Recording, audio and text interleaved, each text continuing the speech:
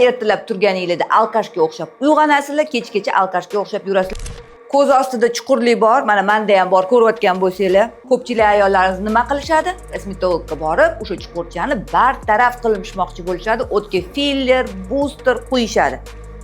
Hammaga ham to'g'ri kelmaydi, qizlar. Qilganingizdan keyin albatta bu joyingizlar tekis bo'ladi. Ertalab turganingizda alkashga o'xshab uyg'onasizlar, kechgacha alkashga o'xshab yurasizlar, chunki bunda ko'zlar bilan, achok bilan yurasizlar. Nihoyatda ehtiyotkor qilib bu joyga boostermi, fillermi, o'zi вообще quydirmasanglar undan ham yaxshi.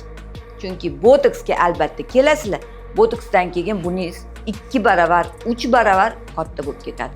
Chiroyli rezultat olaman deb, ужасный rezultatni olib ketasizlar. Shuning uchun juda ehtiyot bo'linglar. Bu joylarni faqatgina biorevitalizatsiya, bioreparatsiya protsedurasini qilsa bo'ladi. Terini qisqartirish oqibatida shu chuqurchangiz yo'qolmasa ham, lekin ancha bo'tingiz tekis, chiroyli bo'ladi. Menda ham bor, lekin men hech nima bilan to'ldirmayman. Bilaman, oqibati yaxshi bo'lmaydi.